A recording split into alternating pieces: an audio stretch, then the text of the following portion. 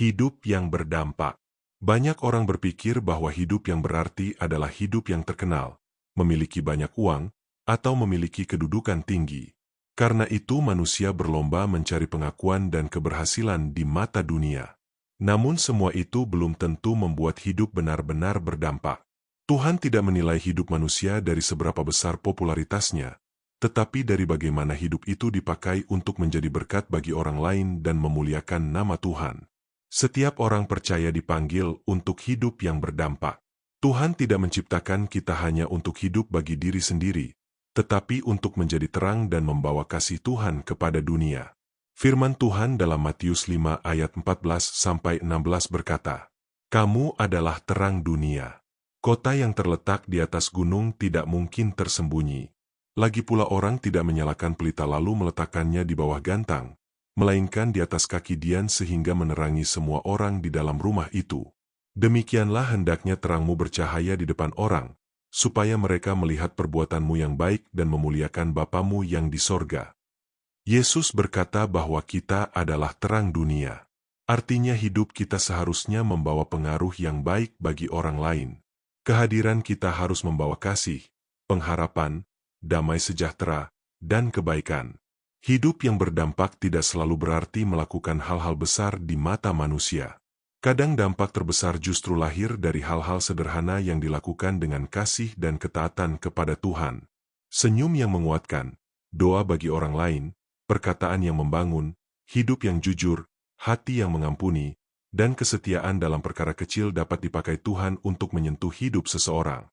Seringkali manusia merasa hidupnya terlalu biasa untuk dipakai Tuhan. Kita berpikir bahwa hanya orang tertentu yang dapat menjadi berkat besar. Padahal Tuhan dapat memakai siapa saja yang bersedia hidup baginya.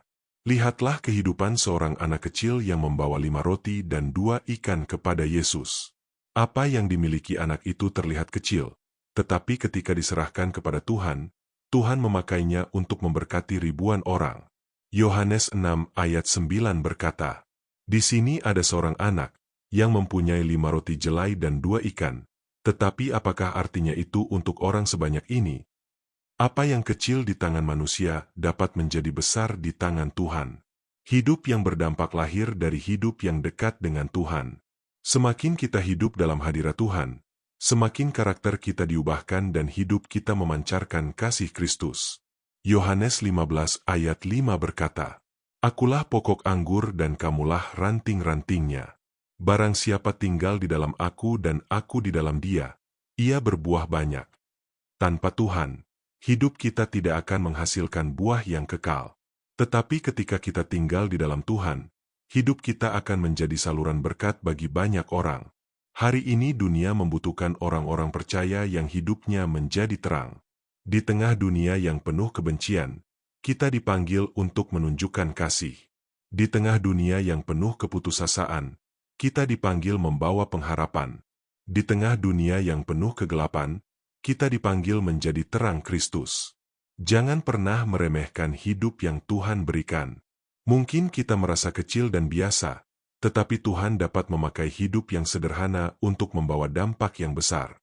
Kolose 3 ayat 17 berkata, "Dan segala sesuatu yang kamu lakukan dengan perkataan atau perbuatan, lakukanlah semuanya itu dalam nama Tuhan Yesus." Biarlah setiap perkataan, sikap, dan tindakan kita memuliakan Tuhan dan menjadi berkat bagi orang lain. Mari berdoa. Tuhan, terima kasih untuk hidup yang Engkau percayakan kepada kami. Ajarlah kami untuk tidak hidup hanya bagi diri sendiri, tetapi menjadi terang dan berkat bagi orang lain. Pakailah setiap perkataan, tindakan, dan kehidupan kami untuk memuliakan nama-Mu. Bentuk hati kami agar semakin serupa dengan Kristus dan hidup kami membawa dampak yang baik dimanapun kami berada.